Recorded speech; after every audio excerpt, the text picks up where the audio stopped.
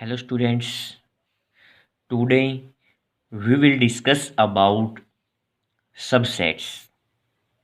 Subsets क्या है? Exercise 1.2 का इंट्रोडक्शन कर रहे हैं। सबसेट्स के बारे में स्टडी करते हैं। सबसेट्स क्या है? सबसे पहले हम देखते हैं सबसेट क्या है। सबसेट, सब मीन्स क्या होता है? Part, part of. तो सबसेट मीन्स क्या हो गया? Part of set. सेट का जो पार्ट है उसको हम क्या कहेंगे? सबसेट। जैसे ए सेट है 1 2, बी सेट है 1 2 3 4। अब यहाँ पे देखिए, ए सेट का हर एलिमेंट बी के अंदर है। ए का हर एलिमेंट किसके अंदर है? बी के अंदर है, यानी कि ये इसका पार्ट है। तो इसको लिखेंगे हम ए सबसेट ऑफ बी। ये सबसेट का सिंबल है भाई, subset of. A subset of क्या हो गया? बी। तो यहाँ पे ए सबसेट ऑफ बी का मतलब है every element of A is also an element of B, कि ए का हर एलिमेंट बी के अंदर होना चाहिए। डेफिनेशन क्या लिखेंगे? ए सेट ए, दोनों कैपिटल ए से होगी, इसको स्मॉल ए से रिप्रेजेंट कर रहा हूँ। A set A is said to be subset of B if every element of set A is also an element of B, कि A का हर एलिमेंट B के अंदर होना चाहिए, उसको हम क्या कहेंगे? A subset of B। एक होता है इम्प्लाइज का सिंबल, इम्प्लाइज, और एक होता है इफ एंड ओनली इफ। इसको आई डबल एफ से भी रिप्रेजेंट करते हैं। टू वे इम्प्लीकेशन बोलते हैं इसको, if and only if.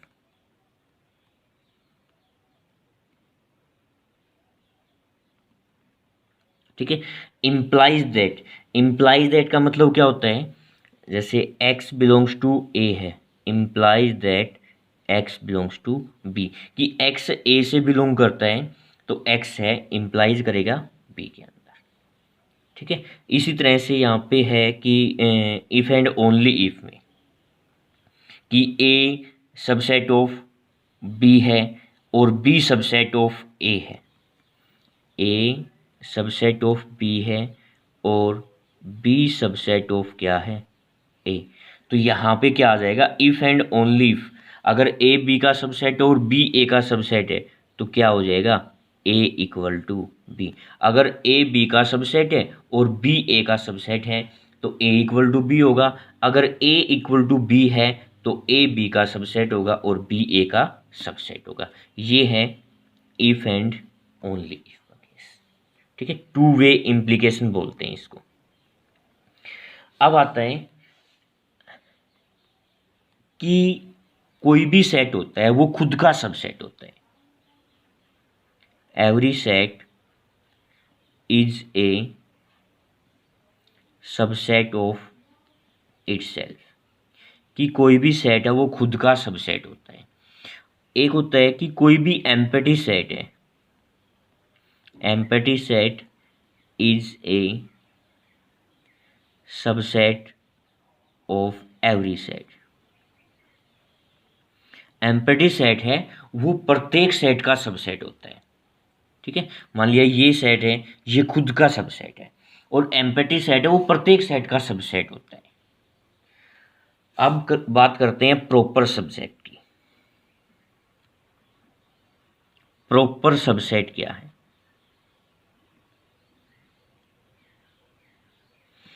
Proper subset है, मान लिया टू सेट्स हैं, लेट टू सेट्स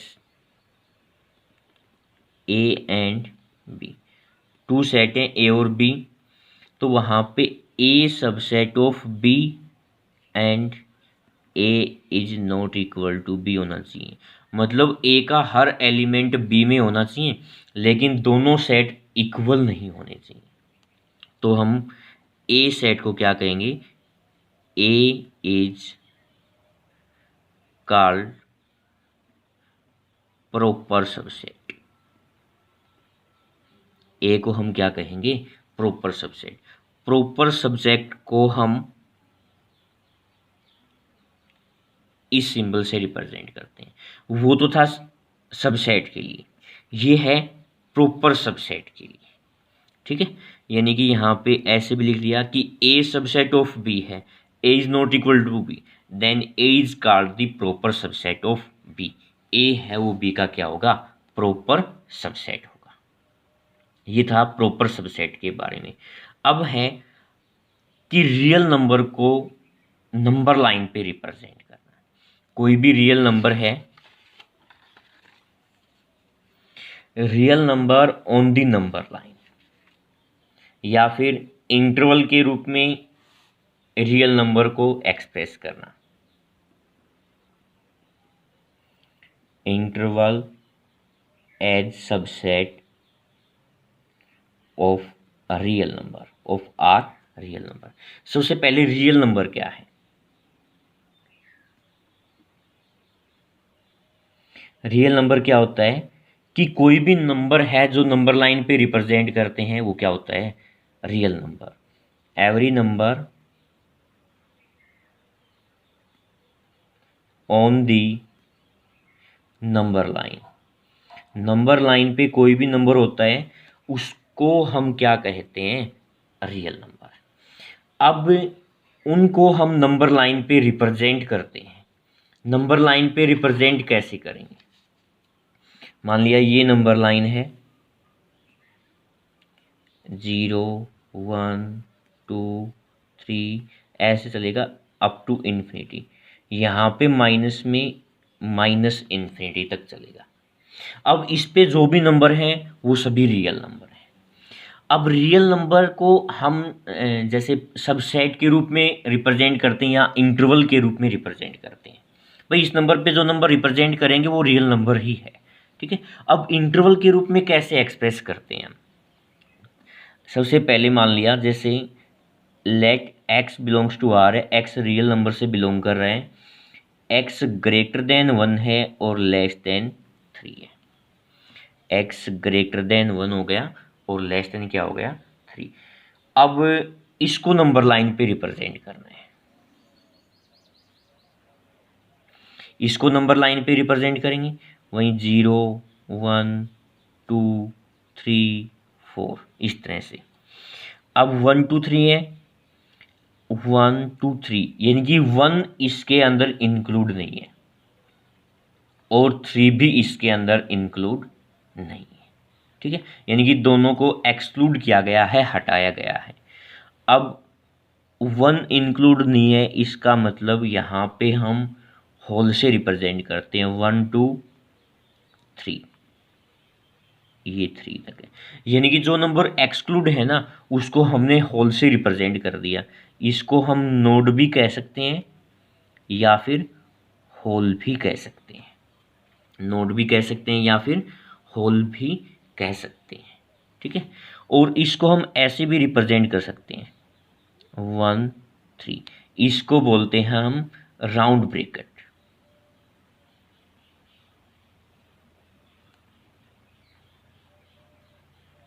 इसको क्या कहेंगे, राउंड ब्रैकेट।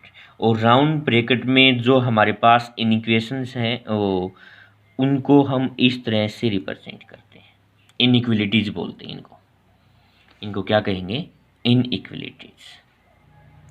अब सेकंड है कि x रियल नंबर से बिलोंग कर रहे हैं, x greater than equal to 1 है और लेस देन 3 है। यानी कि यहाँ पे 1 को इंक्लूड किया गया है, नंबर लाइन पे रिप्रेजेंट करते हैं।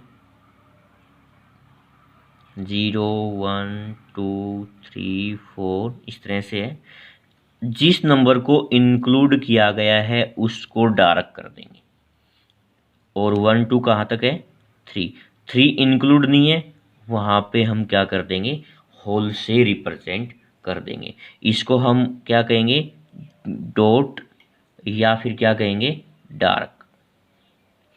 डॉट कर दिया या फिर हमने इसको क्या कर दिया? डार्क कर दिया। इसका मतलब है 1 इंक्लूड है लेकिन 3 इंक्लूड नहीं है, और उनके बीच के नंबर इंक्लूड है।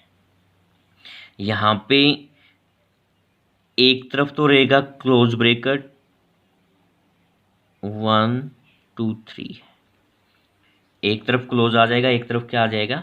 ओपन। यानी कि यहाँ पे 1 इंक्लूड है, 3 इंक्लूड नहीं है। थर्ड है let x belongs to R, x greater than 1 है और लेस देन इक्वल टू क्या है? 3। इसको हम नंबर लाइन पे रिप्रेजेंट करेंगे। यानी कि 1 इंक्लूड नहीं है मीन्स होल से रिप्रेजेंट कर देंगे। 3 इंक्लूड है मीन्स डॉट या फिर डार्क करेंगे और ये लाइन डार्क करेंगे। ये आ जाएगा x greater than 1 less than equal to 3। इसको हम 1 3, ये हमारे पास इंक्लूड नहीं है मीन्स ओपन ब्रेकेट, यहाँ पे क्लोज ब्रेकेट। अब है फोर्थ कि रियल नंबर x कोई भी रियल नंबर है, वहाँ पे x greater than equal to 1 है और लेस देन इक्वल टू क्या है? 3। यानी कि 1 भी इंक्लूड है, 3 भी इंक्लूड है, और उनके बीच के नंबर, उनको हम नंबर लाइन पे रिप्रेजेंट करते हैं।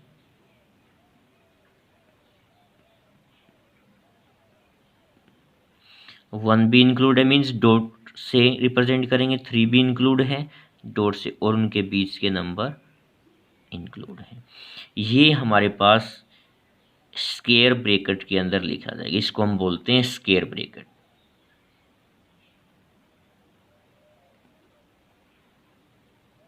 इसको क्या कहेंगे? Square bracket. ये था इंटरवल के रूप में। इस तरह से हम उनको नंबर लाइन पे रिप्रेजेंट करते हैं। ठीक है। अब आता है पावर सेट के बारे में। पावर सेट क्या है?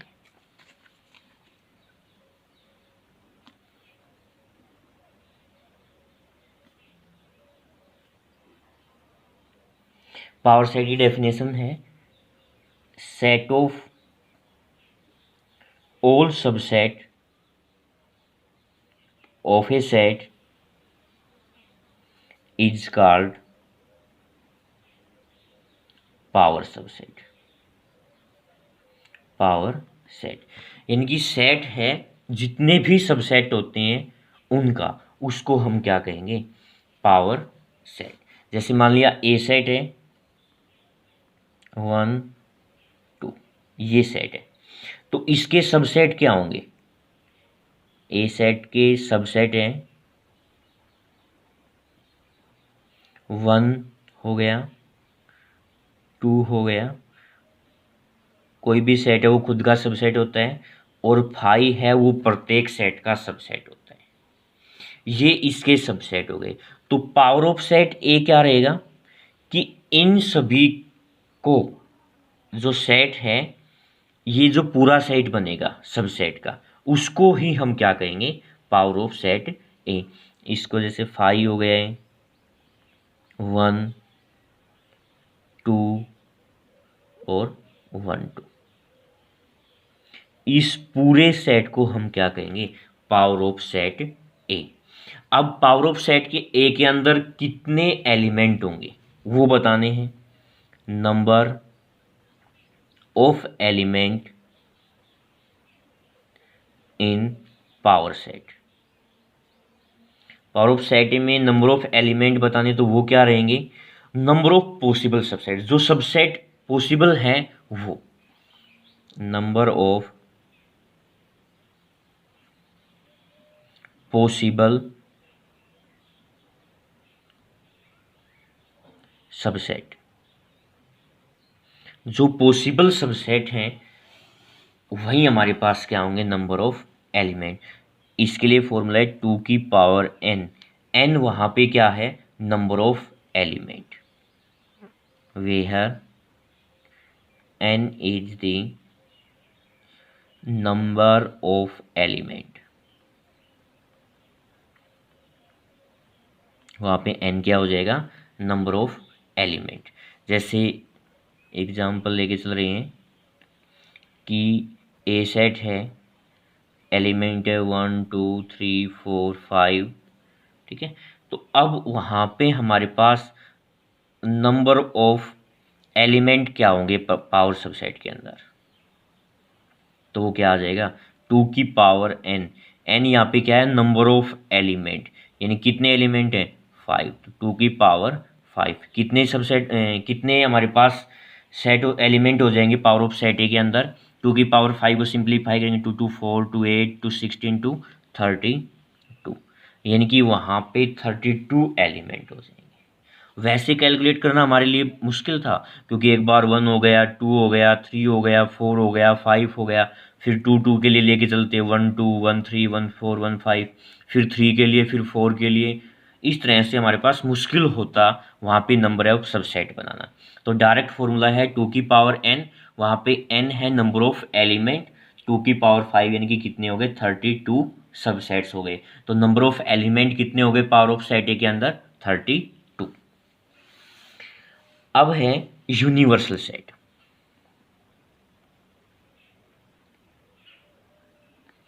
यूनिवर्सल सेट क्या होता है, यूनिवर्सल सेट है कि कोई भी डेफिनेशन लिखेंगे, in any context biggest possible set is called universal set. जो बिगेस्ट पॉसिबल सेट बनेगा, जैसे मान लिया ए सेट है, एग्जांपल लेके चल रहे हैं 1 2, बी सेट है 2 3 4 5, सी सेट है 5 6 7 9, इस तरह से। तो हम यूनिवर्सल सेट को कैपिटल यू से रिप्रेजेंट करते हैं, ए 1 2 3 4 5 6 7 9, ये हमारे पास यूनिवर्सल सेट है। यानी कि ए सेट हो गया, बी सेट हो गया, सी सेट हो गया, ठीक है। इन सभी के एलिमेंट इससे बिलोंग कर रहे होंगे, इस यूनिवर्सल सेट से बिलोंग कर रहे होंगे। अब है comparable set.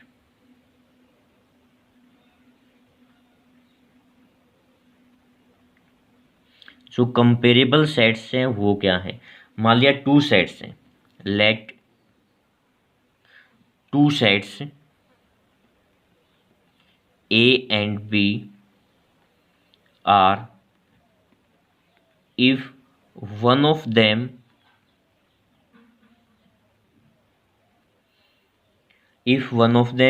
is subset of the other,